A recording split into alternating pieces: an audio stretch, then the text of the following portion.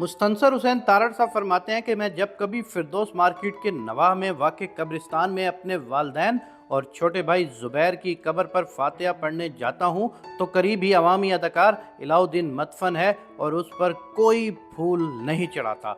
कब्रिस्तान के कोने में वहीद मुराद की कब्र है और उसकी रिहाइश भी उस कब्रिस्तान के साथ ही थी। मुझे याद है कि जब मैंने उसके जनाजे को कंधा दिया तो वो चारपाई शिकस्ता थी जिसमें उसका जस्द खाकी लिपटा पड़ा था। वो पाकिस्तानी फिल्मी दुनिया का सबसे बड़ा सुपरस्टार था जिसके साथ अवाम ने और ख़ास तौर पर नौजवान नस्ल ने टूट कर मोहब्बत की। शायद आज का शाहरुख खान भी उससे बढ़कर पसंदीदगी के जनून से दोचार नहीं हो सका। उसका हेयर स्टाइल दिलीप कुमार के बाद एक फैशन की सूरत अख्तियार कर गया।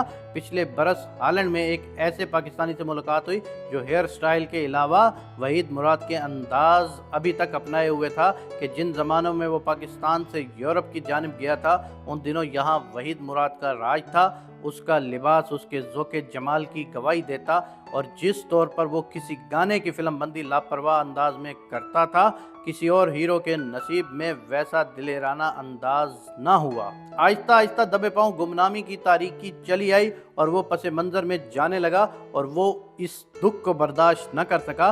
शुनीद है कि मरी वगैरह में किसी फिल्म की शूटिंग हो रही थी और उन दिनों चकोरी से शोहरत हासिल करने वाला लंबी नाक वाला दिलीप कुमार से मुशाबा अदाकार नदीम अवाम की नज़रों में घर कर रहा था। नदीम और वहीद मुराद शूटिंग से फारिग होकर गपशप लगा रहे थे। वहीद मुराद इस फिल्म में हीरो न थे, नदीम था। लाहौर के किसी कॉलेज की लड़कियों की बस वहां रुकी और लड़कियां चीखती हुई इन दोनों की जानिब भागीं। वहीद मुराद का ख्याल था कि वो उसे देखकर शोर मचाती चली आ रही हैं, लेकिन वो सब नदीम के गिर्द हो गईं। किसी एक आध ने वहीद मुराद से ऑटोग्राफ हासिल किए, लेकिन उनमें से बेशतर की मोहब्बत का मरकज़ नदीम था। कहा जाता है कि वहीद बेहद रंजीदा हुआ। बाद अज़ां एक हादसे के दौरान उसके चेहरे पर चोटें आईं और ये वो चेहरा न रहा जिस पर लाखों लोग जान देते थे। चेहरे का ये बिगाड़ उसे सुकून और अद्वियात की ज़्यादती तक ले गया और फिर वो मर गया।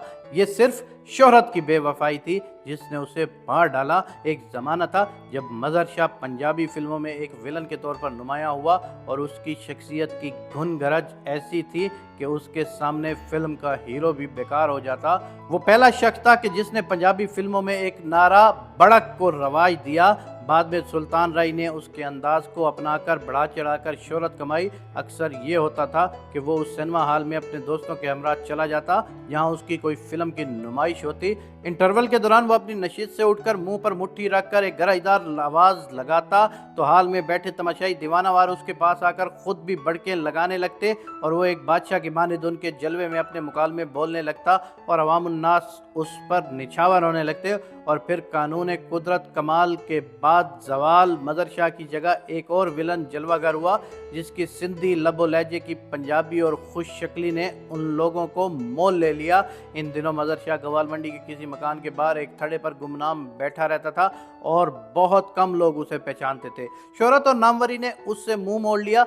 उन्हीं दिनों वो अकेला किसी सिनेमा हॉल में चला गया। इंटरवल के दौरान अपनी नशीद से उठकर बड़के लगाने लगा। हॉल में बैठे लोगों ने देखा कि एक बूढ़ा शख्स घुघियाती हुई आवाज़ में बड़के लगा रहा है तो उन्होंने समझा कि कोई पागल है जो गुल मचा रहा है। मज़हर शाह भी उसके बाद बहुत मुद्दत जिया और फिर मर गया।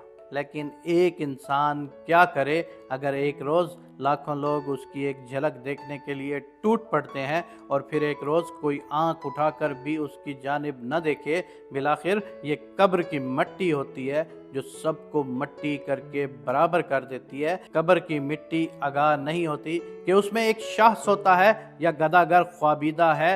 ये सबको बराबर कर देती है और नाम रहेगा सिर्फ अल्लाह का।